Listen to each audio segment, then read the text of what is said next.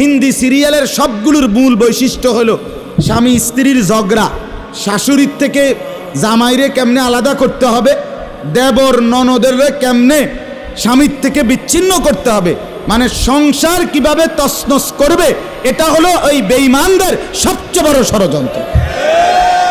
সবগুলোর বৈশিষ্ট্য এটা।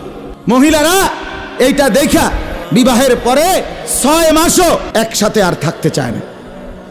6 মাসও না। বেডির সিদ্ধান্ত মরি আর বাসি, তে বেড়ারে তার বাপ মার থেকে আলাদা করুন। জীবনের সাধনা এটা। হায় হায়, লানত, অভিশাপ ওই নারীর প্রতি, যে নারী তুমি বেটি তোমার একটু সুখের জন্য স্বামী বেচারাকে আলগা করে লাইলা।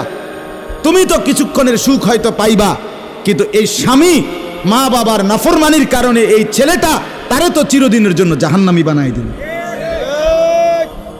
মা বাপ যদি কষ্ট পায়, আহাজারি করে, মা বাপের কলিজার মধ্যে যদি ব্যথা লাগে, তো এই সন্তান জাহান্নামী হবে না?